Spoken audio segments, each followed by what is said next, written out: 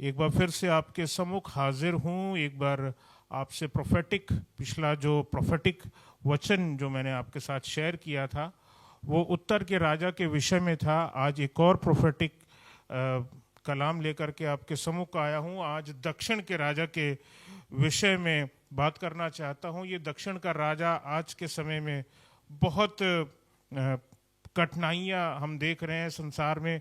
जितनी भी उथल पुथल आपको दिखाई देती है वो आपको उनकी ओर से दिखाई देती है। उत्तर का राजा मैंने बताया था रशिया के लिए था, रूस के लिए था। आज हम जिस मिडिल ईस्ट को हम देखते हैं उसमें अधिकतर एक ऐसी जाति पाई जाती है जिसने लोगों को पूरे विश्व में आप देखिएगा कहीं ना कहीं लोग उससे अपने आप को त्रस्त पाते हैं। अपने पिछले लगभग 2 सालों में हमास का नाम सुना, जो खुदा के लोगों को और इज़राइल को नाश करने के लिए तत्पर थे, उनको समाप्त कर देना चाहते थे, इज़राइल का नाम मिटा देना चाहते थे।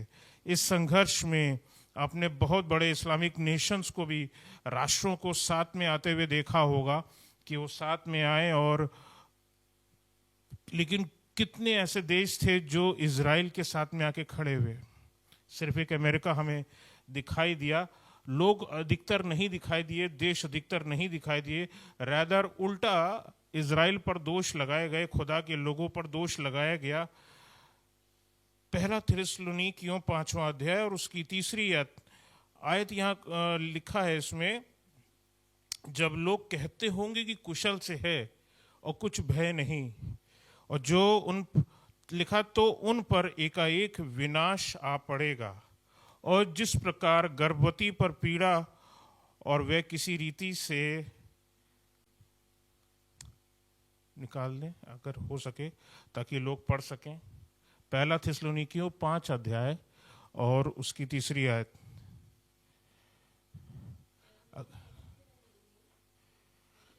कुछ भय नहीं जी तो उन पर एकाएक विनाश आ पड़ेगा। जी जिस प्रकार गर्भवती पर पीड़ा जी और वे किसी रीति से ना बचेंगे। लिखा है वह किसी रीति से ना बचेंगे। अगर आप इस घटना को, हमास वाली घटना को जानते होंगे तो वो कौन सा समय था जब ये विपत्ति उनके ऊपर आई थी। वो आनंद मना रहे थे, वो आनंद मना रहे थे। उनको लगता था they are the safest. Actually मैं भी जब इज़राइल गया था तो हम लोगों को बताया गया था we are safest place in the world. हम लोग एक ऐसे स्थान पर हैं जो सबसे सुरक्षित स्थान आप कह सकते हैं।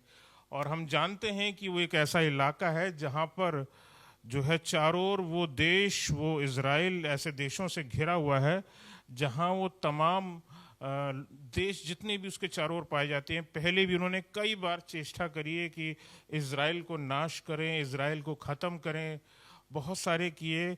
और इस बार तो अति हो गई कि इतने सारे रॉकेट, इतनी सारी मिसाइल्स और इतनी सारे प्रपंच और संगठन मिल करके सब लोग कर रहे थे। और सच्चाई ये मसीही जीवन के लिए भी कि अब हमें और संतुष्ट और आराम करने का समय नहीं है। ठीक है ना। अभी तक मसीही जितने, अगर हम क्रिश्चियन नेशंस बोल सकते हैं, although there are not any Christian nations in the world, हम अगर नाम देना चाहें कि कोई मसीही देश है तो there are no Christian nations, because सब सेक्युलर अपने आप को समझते हैं। बिकॉज उन देशों में सभी धर्म के लोग पाए जाते हैं तो वो अपने आप को सेक्युलर समझते हैं। और यही हमारी कमी है। अमेरिका का जो $1 का डॉलर हुआ करता था, पता नहीं अब है कि नहीं है, उस पर लिखा रहता था, उस पर प्रिंटेड होता था in God we trust, in God we trust. पता नहीं अब है कि नहीं है उस पर लिखा हुआ। वो चीज़ है कि वो चीज़ गायब हो गई, मुझे पता नहीं। लेकिन ये ज़रूरी है कि हम अपने खुदा को याद रखें और खुदा के लोगों को अपने साथ में रखें। We need to stand united, we need to stand one in Christ. मसीह में हमें एक होने की ज़रूरत है। ये समय है जब हम अपनी बुलाहट और चुने जाने को भी अहमियत दें। चाहे हमें समाज में हमें कोई ओहदा मिला हो, उस अहमियत को पहचानें। और चाहे हमें चर्च के अंदर यहाँ पर हमें कोई जिम्मेदारी दी गई है तो उस जिम्मेदारी को हम कितना सीरियसली लेते हैं, इसको समझना हम सब के लिए बहुत ज़रूरी है। इस स्थान में जो परमेश्वर का पवित्र स्थान में है, इसमें हम परमेश्वर की सेवा हम किस तरह से कर सकते हैं, इसको अहमियत देना सीखें, ज़रूरी है। एक कुछ उदाहरण लेना चाहूँगा। जब हम इस जाति की हम बात कर रहे हैं तो कुछ साल पहले की बात है। ISIS नाम मशहूर है, आप जानते हैं। ये आतंक का पर्याय था एक समय में। ईरान और उसके आसपास के इलाके में पूरा जो मिडल ईस्ट था, आतंक का पर्याय था, और लोगों को बंधक बनाया जा रहा था, लोगों को गुलाम बनाया जा रहा था। और मुझे तो ऐसा लग रहा था एक पल के लिए, क्या यार, ये बिल्कुल एंशिएंट टाइम्स में जा रहे हैं, जहाँ राजाओं महाराजाओं के नीचे सब गुलाम रहा करते थे, दास रहा करते थे, ये उस स्थिति में जा रहे हैं क्या? लोगों को दर्दनाक यातनाएं दी जा रही थी। वो समय था, people were burnt alive who did not accepted Islam, जिन्होंने उनके जो भी ईस्ट हैं उनके पीछे चलना मंजूर नहीं किया, उनको जला दिया जाता था। या तो हमारी बात को मान लो, उनकी आराधना करना शुरू कर दो, या तो मर जाना पसंद करो। ये ज़िंदगी थी। कुछ लोगों ने एक्सेप्ट किया, जिन्होंने एक्सेप्ट नहीं किया उनको या तो बेच दिया गया, उनको मार दिया गया, उनको जिंदा जला दिया गया, बहुत बुरा उनके साथ में व्यवहार किया गया। बहुतों के सर काट दिए गए, सर कलम कर दिए गए। USA का एक फ्रीलांसर पत्रकार था जो मुक्त शैली में, जो किसी कंपनी के लिए काम नहीं करते हैं, किसी अखबार के लिए काम नहीं करते हैं, एक पत्रकार था जिसका नाम, अमेरिकन पत्रकार था जिसका नाम जेम्स फॉली था। और उसका एब्डक्शन यानी कि उसको कब्जे में कर लिया गया था, और वो सीरिया में था, 2012 में था। फिर उसको अगस्त 2014 में आते आते फिर उसको बाद में काट दिया गया था। ये एक ऐसी घटना थी जिसने अमेरिका को हिला दिया था, जिसने पूरे दुनिया को हिला दिया था कि, और लोगों ने देखा था कि ये लोग कितने क्रूर हो सकते हैं कि जो शख्स किसी भी तरीके से, जिसके पास कोई हथियार नहीं पाया जाता, जिसके पास में कोई फौज की कोई ट्रेनिंग नहीं है, जिसके पास में कोई ऐसा डॉक्यूमेंट नहीं है जो उनके अगेंस्ट में जाता हो, ऐसे व्यक्ति के साथ में उसने ऐसा किया। और इसी तरह से एक और इजरायली जर्नलिस्ट था, अमेरिकन इजरायली जर्नलिस्ट था, और उसका नाम बेसिकली वो यहूदी था, स्टीफन सॉथलॉफ करके उसका नाम था। उसको 2013 में किडनैप किया गया था, और ISIS के द्वारा 2014 में ही अगस्त में जेम्स को किया गया था, और स्टीवन को सितंबर 2014 में जो है उसको बीहेड कर दिया गया था, उसको मार दिया गया था। अब आप समझ सकते हैं कि लोग किस कदर से खुदा के लोगों को, खुदा की कौम के विरुद्ध जो हैं वो खड़े रहते हैं, और उनसे किस प्रकार नफरत करते हैं। कुछ देशों से लोगों को आज के समय में, आप न्यूज़ अगर देखते होंगे, जानते होंगे, सुनते होंगे, पढ़ते होंगे, तो आप सुन रहे होंगे कि लोगों को निष्कासित किया जा रहा है, डिपोर्ट कर दिया जा रहा है। We don't want these people in our country, उनको निकाल दिया जा रहा है। जर्मनी में ऐसी ही जाति के लोगों के लिए अपने बॉर्डर्स को बंद कर दिया गया। Sorry, we will not accept these people in our country. England में भी अशांति दिखाई देती है आपको। वहाँ पे जो मेन लंदन है, वहाँ पर ज़्यादा संख्या में ऐसी ही जाति पाई जाती है। इसी तरह से अगर हम फ्रांस में देखें तो फ्रांस में भी अशांति है। कुल मिलाकर के ये एक ऐसी जाति है जो अशांत करने वाली जाति है, जो खुदा के लोगों के, खुदा के कौम के विरुद्ध जो है खड़ी रही है। और 14 दिसंबर 2025 में देखें तो एक ISIS द्वारा टेररिस्ट अटैक हुआ था ऑस्ट्रेलिया में। पिछले साल दिसंबर की घटना है, और लोग अपने बीच पे थे, एक गार्डन में थे, बीच पे एक गार्डन था पास में, और वहाँ पर अपने आनंद मना रहे थे। उन लोगों ने वहाँ जा कर के अपना टेररिस्ट अटैक किया, लोगों को मारा, ख़त्म किया। आज अगर हम पूछें, अगर हम सबसे कि वास्तव में ये कहाँ पैदा हुआ है, ठीक है ना, तो लोगों को शायद एक आदि नाम याद आएगा, जो 9/11 का जो शख्स है उसी को लोग याद करेंगे, यार ये सारी करता धरता शायद यही रहा होगा। लेकिन सच्चाई ये है कि वो मिडल ईस्ट में तो है, लेकिन वो इसकी जड़ें इससे कहीं ज़्यादा गहरी हैं। इस आतंकवाद की चर्चा बाइबल में भी है। खुदावन को भी ये चीज़ पसंद नहीं है जो ये लोग करते हैं, खुद परमेश्वर को भी नापसंद है। व्यवस्था विवरण 32 अध्याय और उसकी 5वीं आयत में कुछ इस प्रकार लिखा है, परंतु इसी जाति के लोग टेढ़े और तिरछे हैं। लिखा है इसी जाति के लोग, 32 अध्याय और उसकी 5वीं आयत, यहाँ लिखा है इसी जाति के लोग टेढ़े और तिरछे हैं। इवन गॉड सेज दिस, परमेश्वर के वचन में इन लोगों के लिए लिख दिया गया कि these are not the good people. लिखा ये बिगड़ गए हैं, ये पुत्र नहीं, ये उनका कलंक है। परमेश्वर ने इनको कलंक बोला है। परमेश्वर के वचन में इन लोगों के लिए कलंक लिखा गया है। इन क्रिश्चियन बहुल देश जो हैं, जहां पर मसीही लोग ज्यादा पाए जाते हैं, में आतंकवाद इसलिए बड़ा है क्योंकि बाइबल के अनुसार अगर हम देखें तो ये अपनी चट्टान को भूल गए हैं, और चट्टान हमारा परमेश्वर है। 32वें अध्याय में जहां हम पढ़ रहे हैं, इसी की 18 से 21 आयत हम लोग देखेंगे, अगर लगा सकें तो बेहतर है। जिस चट्टान से तू उत्पन्न हुआ जी उसको तू भूल गया, जी और ईश्वर जिससे तेरी उत्पत्ति हुई जी उसको भी तू भूल गया है। हाँ इन बातों को देखकर यहोवा ने उन्हें तुच्छ जाना, जी क्योंकि उसके बेटे बेटियों ने उसे रिस दिलाई थी। जी। लिखा है कि रिस, परमेश्वर जो है रिस दिलाने वाएगा, यानी कि एंगर दिलवाएगा। ठीक है ना। आज के समय में कुछ यही चीज आपको अमेरिका और ईरान के बीच में आपको कुछ ऐसी ही रिस दिलाने वाली चीजें दिखाई देती हैं। We see the anger happening. उस एंगर को हम देखते हैं। लोग आज डर रहे हैं कि आज अगर इस तरह की चीजें होंगी, और जानते हैं सब चीजें क्यों हो रही हैं, क्योंकि उस देश के लोगों में जो पहले एक उनकी रूट्स में था, उनकी जड़ में था कि खुदा उनका चरवाहा है, उस खुदा के पीछे उन लोगों ने चलना छोड़ दिया। Yes there are Christians, yes there are believers, वहाँ भी विश्वासी रहते हैं, ये बात सच है, और वो आत्मा और सच्चाई से खुदावन की आराधना करते हैं, ये सच्चाई है। लेकिन एक देश के रूप में अगर हम देखें तो उस देश ने अपने खुदा को मानो त्याग सा दिया है। This is a very sad thing.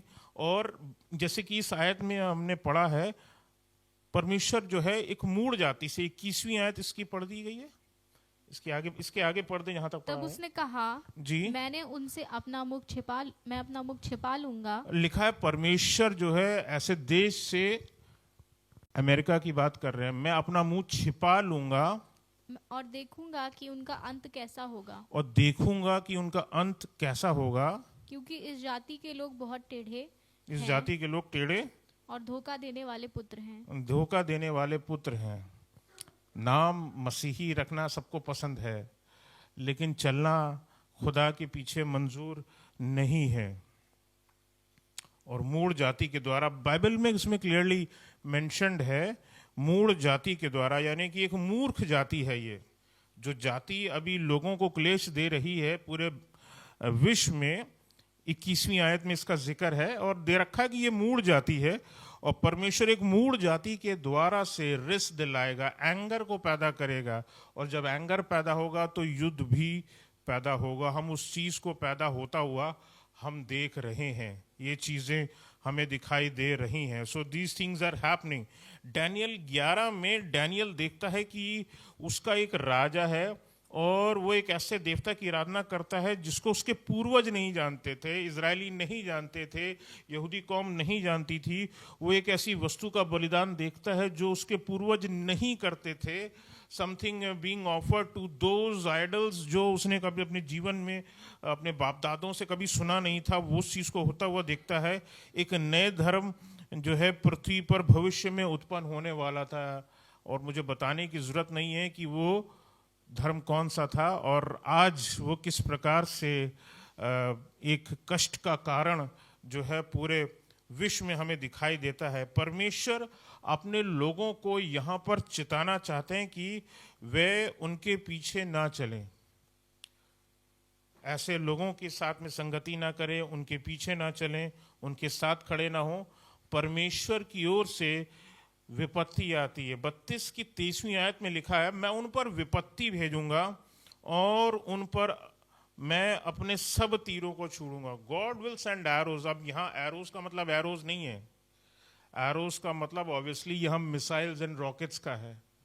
अब नए युग में आता है ना, पुराने समय में जब देखते होंगे लोग तो उनको वो अपने दर्शन में देखते होंगे तो उनको तीर लगते होंगे, ये बहुत बड़े बड़े तीर हैं जो आ रहे हैं इस देश से और इस देश को दूसरे देश के लोगों को लग रहे हैं, तो उसके विषय में दे रखा है, मैं अपने सब तीरों को छोड़ूंगा. So God is actually teaching us an example of Amalek. ये अमालेक की जाति है, ये अमालेकियों का वंश जो है इस इलाके में रहता है. और अमालेक के विषय में अगर हम देखें तो ये एक ऐसी जाति थी, एक ऐसा शख्स था पहले जिससे ही जाति निकली, और वो खुदा का भय नहीं मानता था, परमेश्वर का भय नहीं मानता था. उसने निर्बलों को भी मार दिया. अगर आप पढ़ना चाहते हैं तो निकाल सकते हैं व्यवस्था विवरण 25 अध्याय और उसकी 17 से 19वीं आयत में हम लोग पढ़ेंगे. व्यवस्था विवरण 25 और उसकी 17 से 19. स्मरण रख जी कि जब तू मिस्र से निकलकर आ रहा था जी. तब अमालेक ने तुझसे मार्ग में क्या किया. हाँ, परमेश्वर याद दिलाना चाहता है इजरायलियों को कि तुम्हारे साथ क्या किया था, इन अमालेकियों ने क्या किया था. अर्थात उनको परमेश्वर का भय ना था. हाँ इस कारण उसने जब तू मार्ग में थका मांदा था जी. तब तुझ पर चढ़ाई करके जितने निर्बल होने के कारण सबसे पीछे थे उन सबों को मारा. यानी कि इस जाति ने उन लोगों को मारा जो सबसे निर्बल थे, जो सबसे कमजोर थे, जिनके अंदर लड़ सकने की क्षमता नहीं थी, शक्ति नहीं थी, उन लोगों पर अटैक किया. यानी कि जो बहादुर हैं उनके ऊपर नहीं. और आप आज भी वही करता हुआ देखते हो. अगर आप देखोगे तो ये जाति वही करती है, जिनके पास कोई हथियार नहीं उनसे लड़ लो भैया. That is one of the best veg. आज भी आपको संसार भर में ये जाति यही करता हुआ दिखती है. द टेरर अटैक्स जो हैं वो आपको ऐसे ही करते हुए मिलते हैं. 19 तक हो गया. इसलिए जब तेरा परमेश्वर यहोवा उस देश में जी जो वो तेरा भाग करके तेरे अधिकार में कर देता है जी तुझे चारों ओर के सब शत्रुओं से विश्राम दे, जी. तब अमालेक का नाम धरती पर से मिटा डालना. लिखा है क्लियरली, इट्स एन कमांडमेंट, इनको धरती पर से मिटा डालना. ठीक है ना. अगर उस समय अगर इजरायलियों ने इनको खत्म कर दिया होता तो ये मुसीबत आज जो आपको पूरे विश्व में दिखाई देती है ये नहीं होती. ये शांति देश में, पूरे देश में हमारे और पूरे विश्व में दिखाई दे रही होती है. बट अनफॉर्चुनेटली ये चीज़ हमें संसार में दिखाई देती है. अमालेक का नाम धरती से मिटा देना, कमज़ोरों को मारना जो है इनका, उन लोगों को निशाना बनाना, यही इस जाति का काम है. खुदा भी इस जाति से, जैसे कि मैंने बताया, वो प्रसन्न नहीं है. अमालेक एसाव का पोता था. अगर मैं आपको बताना चाहूँ, ये एसाव का पोता था. एसाव का बेटा था एलिफज, और एलिफज या एलिपज है अगर मैं गलत नहीं हूँ तो शायद हिंदी में, और अमालेक फिर एलिफज का बेटा था. तो इस तरह से हम इस चीज़ को देखते हैं. And God has taken N oath, परमेश्वर ने शपथ खाई है कि इनको जो है वो इनके अगेंस्ट में खड़ा रहेगा. अगर आप पढ़ना चाहें तो इसमें से निकाल सकते हैं, निकालेंगे निर्गमन और उसकी 17 अध्याय और उसकी 16वीं आयत. निर्गमन 17 अध्याय उसकी 16वीं आयत. और कहा, जी, यहोवा ने शपथ खाई है यहोवा ने शपथ खाई है कि यहोवा अमालेकियों से पीढ़ियों तक लड़ाई करता रहेगा. पीढ़ियों तक लड़ाई लड़ता रहेगा. आज जो कुछ भी हो रहा है इसमें खुदावन की इच्छा शामिल है. खुदावन इजरायलियों को दिल से, आत्मा से जानता है कि एक्चुअली एक ऐसी कम्युनिटी है जो बहुत पीसफुल कम्युनिटी है, ये लोगों के साथ लड़ना ही नहीं चाहती है. लेकिन अगर छेड़ दोगे गलती से तो मधुमक्खियों का छत्ता है ये, आपने मधुमक्खी के छत्ते में हाथ डाल दिया, and they will bite you, it is for sure. ठीक है ना. आज हम देख चुके हैं कि जितने देश और जितने भी वो चारों ओर जो अलग अलग संगठन थे जो इजराइल के विरुद्ध खड़े थे, इजराइल ने सबका नामो निशान मिटा दिया है. Because God's hand is upon them. शमूएल भी जो है वो शमूएल हमें दिखाई देता है, शाऊल से वो यही बात बोलता है, सिखाता है जब शाऊल राजा बन गया था, not to show any sympathy to Amalekites, but शाऊल ने उन पर दया दिखाई, और तब से ये चीज़ हो गई कि इज़राइल पर पीढ़ी पीढ़ी जो है ये युद्ध होता रहेगा. So it has been happening, ये पहले से चलता आ रहा है और आज भी चल रहा है, और इसमें खुदावन की इच्छा शामिल है. और अगर हम देखें तो इस पूरे इलाके में आपको जो दिखाई देते हैं, ईरान दिखाई देता है, तुर्की दिखाई देता है, इजिप्ट दिखाई देता है, ओमान दिखाई देता है, सऊदी अरेबिया दिखाई देता है, यमन दिखाई देता है, अफगानिस्तान दिखाई देता है. ये सारे के सारे देश एक ऐसे देश हैं जिनका मतलब ही, जिनमें जहाँ खाली खून खच्चर के अलावा आपको आप कहीं कुछ दिखाई देता ही नहीं है. Peace doesn't reside in these places. ये आपस में भी इसी प्रकार से दिखाई देते हैं. टेररिस्ट ग्रुप्स लाइक हमास जो है, हिजबुल्ला जो है, हूती जो है, ये इन्हीं रीजन्स में ये पैसे इसलिए नहीं कमाते कि इनको अपनी ज़िंदगी में आगे कुछ ग्रो करना है, कुछ बढ़िया बनना है, कुछ बढ़िया संसार में बन करके दिखाना है, अपने देश को ऊपर ले जाना है, अपनी जाति को बेहतर दिखाना है. We Christians have done it. ठीक है ना, हम क्रिश्चियंस ने इस चीज़ को किया है, मसीही देशों ने इस तरह से किया है, हमारे देश ने भी अपने देश ने भी बहुत तरक्की की है, कर रहा है. लेकिन इनको अगर हम देखें तो ये बिल्कुल उल्टा दिखाई देता है. ठीक है ना, just opposite. They are not worried about that even, and their money is wasted in just terror. मतलब देख करके दुख लगता है कि जो कुछ कमा रहे हो, फाइनली कमा किस चीज़ के लिए रहो. अगर आप इनकी जगहों को भी देखें, the places where they reside, जहाँ वो रहते हैं एक्चुअली में, अगर आप गौर करें तो बेसिकली बैरन प्लेसेस. अगर आपको जगह इनकी जगहें दिखाई दें जहाँ ये लोग बेसिकली, जितने कंट्रीज हैं, if you see basically the middle east countries where these reside, Iraq है, ईरान है, अफगानिस्तान है, मतलब आपको बैरन लैंड्स दिखाई देती है. बैरन लैंड्स का मतलब obviously it means the blessings what the land should produce, it's not being produce. वो प्रोड्यूस नहीं हो रही है. क्यों? क्योंकि खुदावन ने आपको बरकत नहीं दी है. खुदावन ने आपको बरकत दी होती तो आप फलवंत होते, आपकी ज़मीन फलवंत होती, जिस स्थान पर आप रह रहे होते वो भी फलवंत होता. आपने खुदावन को अहमियत नहीं दी, इसीलिए वो चीज़ें भी फलवंत नहीं हो रही हैं.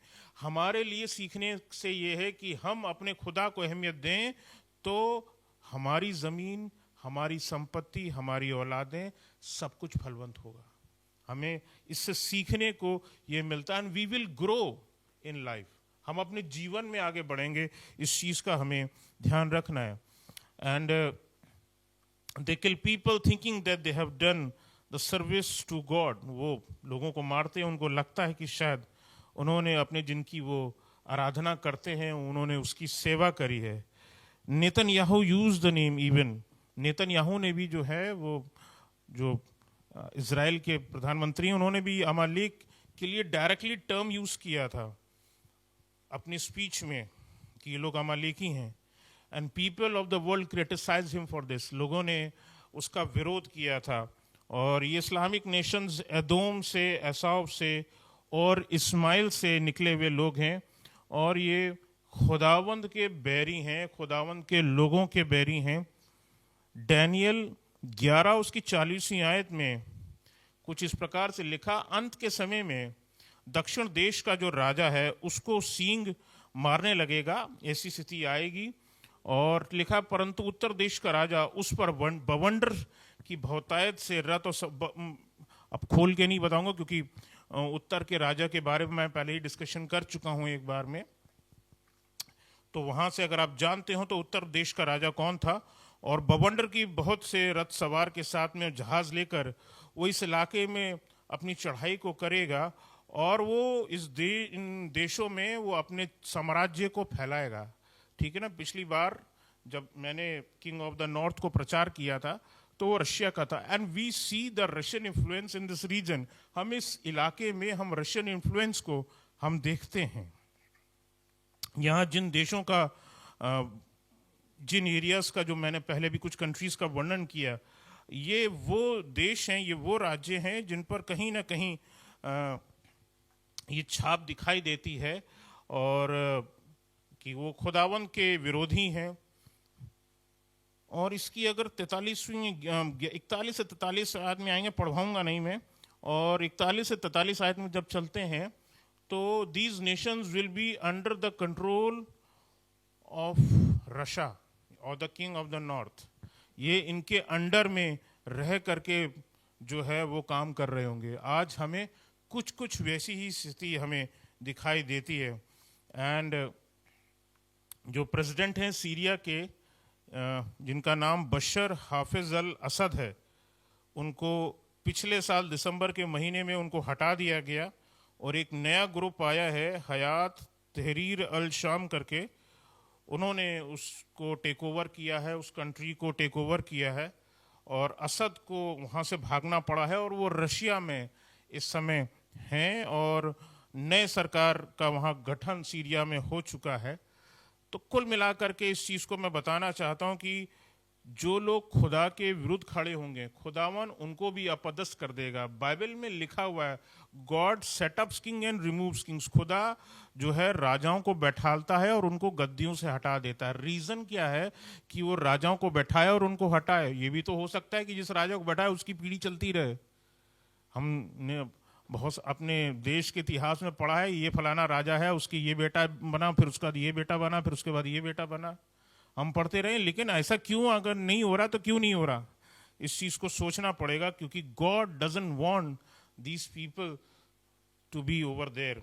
वो नहीं चाहते, खुदावंद नहीं चाहते इस चीज़ को। सीरिया की राजधानी में दमिश्क जो कहलाती है, या इंग्लिश में इसको डैमस्कस बोलते हैं, शाउल भी जो था वो मसीहों को बहुत सताया करता था, उसने बहुत सताव किया था। तब कहीं ना कहीं प्रभु यीशु मसीह से जब उसका सामना हुआ, उसको ग्रहण किया, आत्मा से रिसीव किया, तब क्रिश्चियंस सीरिया में उस समय थे जो खुदा के पीछे चल रहे थे और क्रिश्चियंस का वहाँ बहुत दमन हुआ एंड कई करोड़ों में संख्या थी जो वहाँ पहले सीरिया में वहाँ क्रिश्चियंस रहा करते थे। बट अब बिल्कुल बोलना चाहिए पॉइंट परसेंटेजेस में, 1% भी नहीं है, पॉइंट परसेंटेजेस में अब मसीही सीरिया में पाए जाते। Christians generally have left that area. बताना इसके ज़रिए ये चाहता हूँ कि खुदावन जो है उसकी मर्जी पर चलें। गॉड परमेश्वर ने एलिया को बुलाया कि यहू को और एलिशा को जो है, जो इस इलाके को बिलोंग करते थे, इस इलाके को दमिश्क को बिलोंग करते थे, यहाँ पर यहू को उसका अभिषेक किया, उस एलिशा का अभिषेक किया और परमेश्वर ने इस स्थान पर बहुत बरकत दी है। पहले इस बात के ज़रिए से मैं बताना ये चाहता हूँ, अगर आज इस स्थान पर बरकत नहीं है तो उसका कारण ये है कि इन लोगों ने खुदा के पीछे चलना छोड़ दिया है। There was a time when people were moving behind God, परमेश्वर के पीछे चलते थे, लेकिन आज नहीं चलते, त्याग दिया है, छोड़ दिया है। ऐसी जाति बन गए हैं जो खुदावन के विरुद्ध ही खड़ी हुई दिखाई देती है हमें। और सच्चाई ये है कि God will deliver his people whose name is in the book of the life। परमेश्वर और इन लोगों का जो इस जाति को बिलोंग करते हैं, क्योंकि परमेश्वर इनसे नफरत करता है, आत्मा से नफरत करता है, और जिनको जिंदगी भर हमेशा जो है इसी पलों में रखेगा, खुदावन ने इनका नाम निश्चित रूप से अपनी जीवन की पुस्तक से काट रखा है। हमारे सीखने के लिए आज के वचन से ये चीज़ है कि उस खुदावन को कभी मत छोड़िएगा जो आपकी उन्नति का परमेश्वर है, और उन लोगों के समान मत बन जाइएगा जिन्होंने अपने दिलों को कठोर कर लिया और आज दुख को झेलते हैं, मूर्खता करते हैं और अपने जो ब्लेसिंग्स मिली भी हैं उसकी वो कदर नहीं करते। जिन जगहों पर वो रहते हैं, खुदावन ने असंभव स्थानों पर उनको जीवित रखा है। खुदावन का धन्यवाद देना चाहिए उनको, लेकिन वो खुदावन के सम्मुख ही नहीं रहना चाहते। आपके लिए आशीष का बात यह है कि हम यहाँ परमेश्वर के भवन में बैठ करके हम आराधना कर पा रहे हैं। पता नहीं इन देशों में कितनी जगह चर्चेस हैं, नहीं हैं, कितनी जगह मसीही लोग आराधना कर भी पा रहे हैं कि नहीं कर पा रहे हैं। May be 1 or 2 countries might भी यहाँ वहाँ छिप करके शायद आराधना करते होंगे। बड़ा कठिन सा हमें पल दिखाई देता है। हमें इस बात के लिए हमेशा अपने इस बात को बना करके रखिए कि हर हाल में हमें खुदावन के हुजूर हमें चलना है और बने रहना है। इसी में आपकी सक्सेस छिपी है, इसी में आपकी हैप्पीनेस छिपी है, इसी में आपका शालोम छिपा है। शालोम जब हम बोलते हैं तो साधारण हिंदी में इसका मीन्स होता है शांति, लेकिन अगर हम इसको इब्रानी भाषा में अगर हम इसको समझेंगे तो इसका मायने गहरा होता है। इसका मायने होता है शांति आप तक कब तक पहुंचेगी, how will peace actually reach you.